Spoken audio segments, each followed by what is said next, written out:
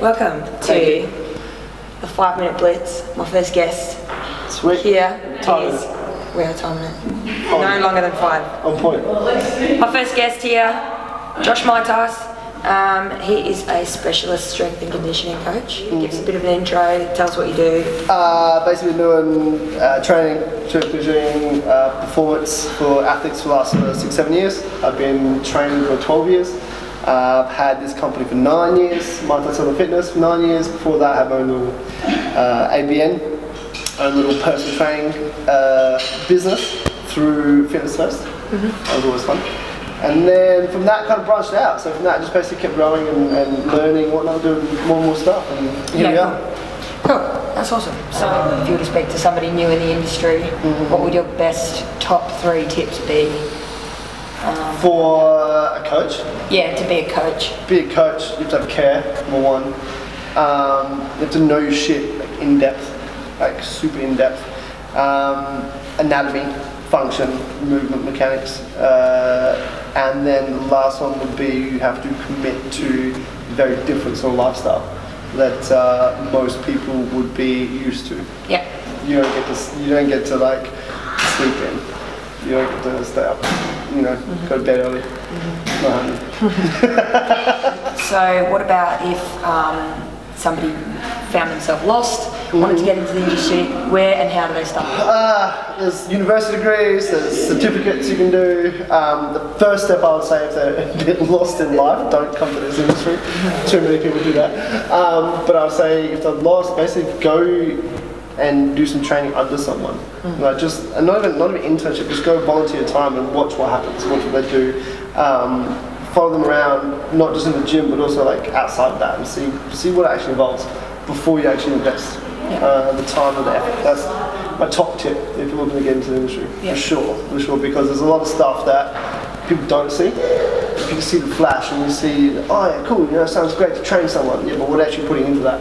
You know, what actually goes into making that session happen? It's the iceberg, and it's the tip. Yeah. So the independent project is all about walking your own path, and the company is encouraging people to find their you and step out of the shadows that they perhaps might be in, and live their best life and make choices about what makes them happy. Relating that to your job and life. Path. Okay. What do you think the importance of that message behind the company might be in your life? To me, it's huge because at 17, I was in a job, and there was a bit of friction. Like this setup, there's like 2 bosses, and I was on one boss. Another boss didn't like me, and this boss loved me. Anyway, this boss had like more of an ownership in the company. Anyway, one day all things came up, and he told me to do some shit which we weren't taught to do, and was taught we do it another way under this boss. So I'm like, this is what I've learned. I told this boss, I'm not going to do it that way. And if we talk about it, we'll talk about it after we finish up, after the shift. And then he kept coming at me and saying some more stuff, and I was like, no, fuck it. And I left. Right, so at that point in time, I had no other job, no other prospects. I was 17 years old. So I said, nah, I'm not going to do this, because afterwards, you know, get out, had enough. And then he went and basically crossed my name off the roster. Done. Right, and I was like, holy shit, what's going to happen now? So I had to find another job, a week later find another job, and then basically from that, so the way I look back on it is that moment led to my next job, which then I got promoted through that one to a point where this was in like a restaurant sort of chain. And then I got to a restaurant that then ended up being so dead that we had the radio and TV and we were playing cricket and all that kind of stuff in work hours, not the best.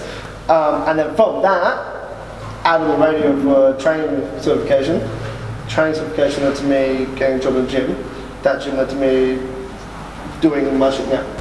So if I didn't have that conversation then, I would not be here now, I guarantee it. It's like hard in there. So that's it for me. That's one story. Yeah. There's heaps of them, but that's probably the main one. Yeah. So just the main message, just you had the courage to awesome. had the courage to leave an environment that wasn't maybe as healthy or as nurturing as what you needed, and here you are, you know, on the back of that. Breaking out. So this is it right here. 15 years later. Well, thanks for joining me on the first step of the 5 Minute Blitz. Gave some good advice, gave some good chat there. So, see you next step. Rip it out.